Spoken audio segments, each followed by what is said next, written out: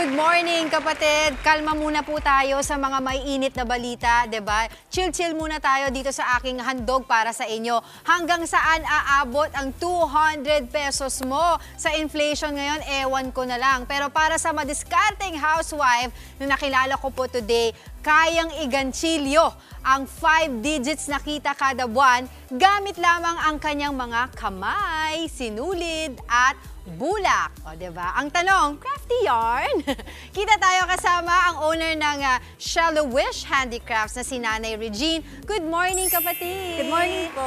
Good morning. Thank you for joining us today, Nanay Regina. Thank you din po. Napakaganda at very creative itong mga nasa harapan natin. Bago natin isa-isahin ito, kwentuhan mo muna kami. Ano ba yung istorya sa likod ng iyong business? At paano ka natutong mag-crochet? Okay po.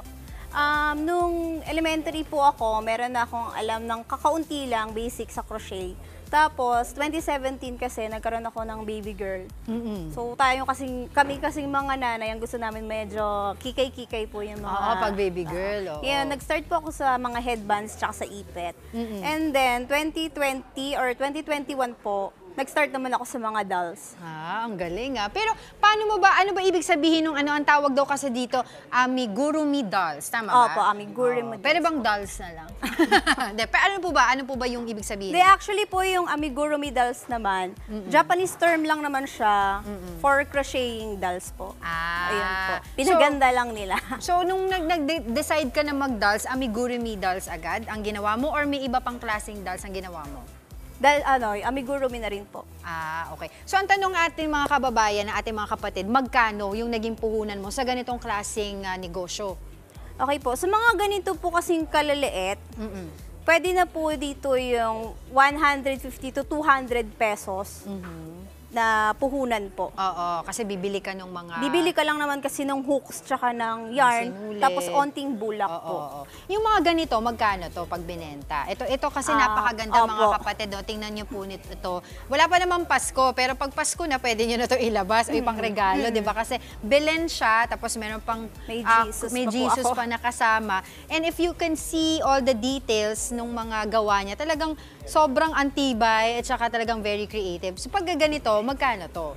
Yung ganito pong isang set ko is 7.5 po. 7.5 ito. And then, ilang araw bago mo magawa ito, particularly? 1 week. 1 week. Pero yung mga ganong dolls, ilang ito po, araw? itong mga ganito po. Pag hindi siya ganong ka-detailed, kahit po yung mga customized dolls na ganito kalalaki, 1 day to 2 days po. Ganun lang naman. Kanina tinatanong kita meron ka bang pattern na sinusundan para gawin itong mga iba't ibang mga designs na ito? Nung una po, nung nag-aaral pa lang ako mag-crochet, meron na akong mga patterns na sinusundan.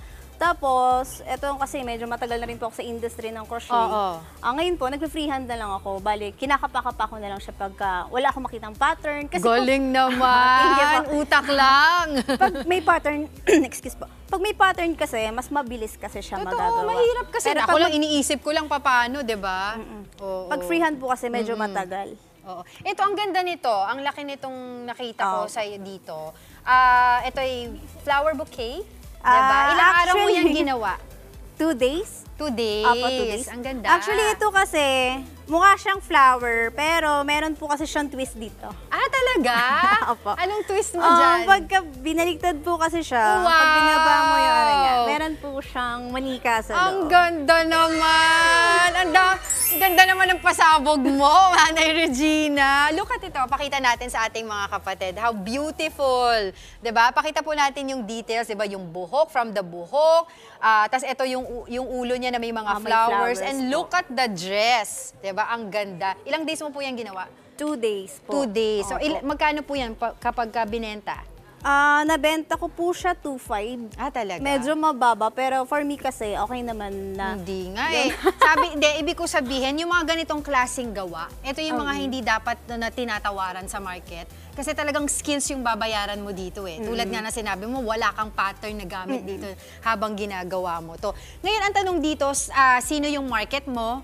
Diba? Ano yung mga kalimitan nire-request nila na gawin mo?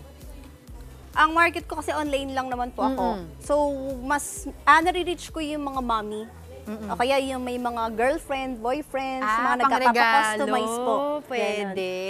Okay, so nakakabilib po yung iyong istorya po, no? Nasa pagnenegosyo, at the same time, isa ka ring nanay. Apo. At very creative na nanay, ika nga, no? So ano po yung payo na mabibigay nyo sa ating mga kapwa nanays out there, and of course, ating mga kapatid, na gusto rin po pagkakitaan yung hobby nila?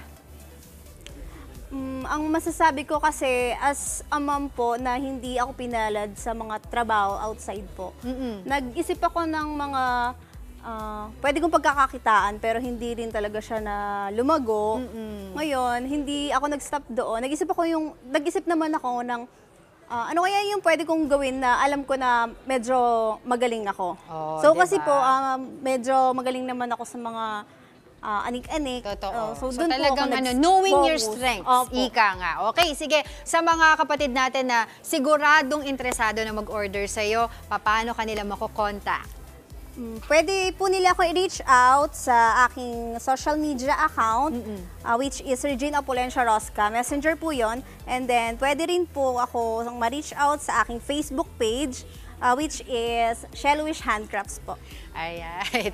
Ayan. Maraming salamat po sa inyo, Nanay Regina, ng Shellwish Handicrafts. Okay? Thank you rin po. Mga kapatid, Dimples Romana po, kumpletuhin ang inyong umaga ng mga kwentong puno ng inspirasyon. Salubungin po ang bawat araw ng may ngiti at pag-asa. Kaya't mag-subscribe na po at mag-follow na sa aming social media pages ng News 5.